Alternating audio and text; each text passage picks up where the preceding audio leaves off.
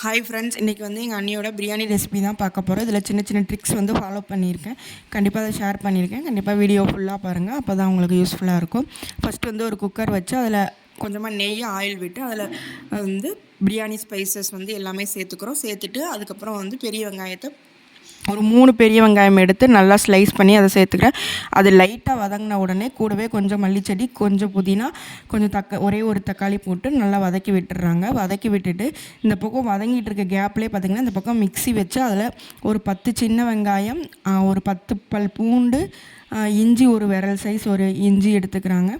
இஞ்சி, அதுக்கப்புறம் கொஞ்சமாக புதினா, கொஞ்சமாக மல்லிச்செடி, அதுக்கப்புறம் பார்த்திங்கன்னா ஒரே ஒரு தக்காளி போட்டு இது நல்லா பேஸ்ட்டாக வந்து தண்ணி ஊற்றி பேஸ்ட்டாக அரைச்சி எடுத்துக்கலாம். இந்த பேஸ்ட்டு தான் இந்த பிரியாணிக்கு வந்து நல்ல ஒரு சூப்பர் டேஸ்ட் வந்து கொடுக்க போகுது.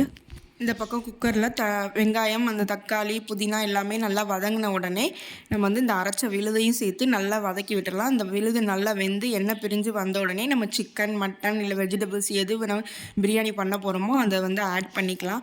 ஆட் பண்ணிட்டு இப்போ இந்த வந்து சிக்கனுக்கு மட்டும் தேவையான அளவு வந்து ஃபஸ்ட்டு உப்பு சேர்த்துக்கிறாங்க. அப்போ தான் வந்து அந்த சிக்கனில் வந்து உப்பு நல்லா பிடிக்கும். ஸோ வந்து இதில் இந்த சிக்கனுக்கு மட்டும் உப்பு சேர்த்து இதை வந்து நல்லா கிண்டி விட்டுடலாம்.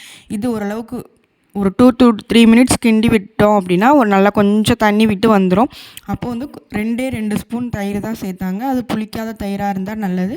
ஸோ 2 ஸ்பூன் தயிர் விட்டு அதையுமே லைட்டாக கிண்டி விட்டு நெக்ஸ்ட்டு வந்து மசாலா பொருட்கள் வந்து ஆட் பண்ண போகிறாங்க. என்னென்ன மசாலான்னு பார்த்திங்கன்னா ரெட் சில்லி பவுடர், தனி மிளகாய் தூள் வந்து ஒரு 1.5 ஸ்பூன் ஆட் பண்ணாங்க. அதுக்கப்புறம் பிரியாணி மசாலா வந்து ஒரு 2 to 3 ஸ்பூனுமே ஆட் பண்ணிக்கிட்டாங்க.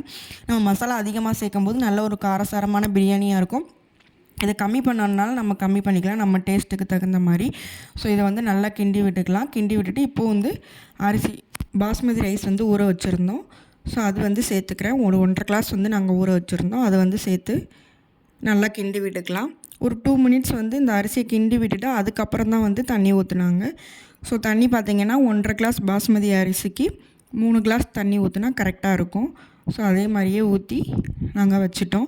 இப்போது வந்து டேஸ்ட்டு பார்க்கலாம். டேஸ்ட்டு பார்த்துட்டு உப்பு, காரம் எது கம்மியாக இருக்கோ நம்ம அதை சேர்த்துக்கலாம். நாங்கள் கொஞ்சமாக உப்பு சேர்த்துக்கிட்டு மேலே கொஞ்சமாக ஆயிலில் கீ விட்டாலுமே நல்லா பிடிக்காமல் வரும். மூடி போட்டு நல்லா விசில் விட்டுடலாம். நாங்கள் ஒரே ஒரு விசில் விட்டு அப்புறம் 2வது விசில் வந்து சிம்மில் வச்சுட்டு விசில் வர்றதுக்குள்ளேயுமே அந்த குக்கரை வந்து ஆஃப் பண்ணிவிட்டு நல்லா ஃபுல்லாக விசில் இறங்கினதுக்கப்புறம் தான் நான் ஓப்பன் பண்ணேன். பாருங்கள், சூப்பராக பிரியாணி வந்திருக்கு. நல்லா உதிரியாக சூப்பர் டேஸ்ட்டாக இருந்தது.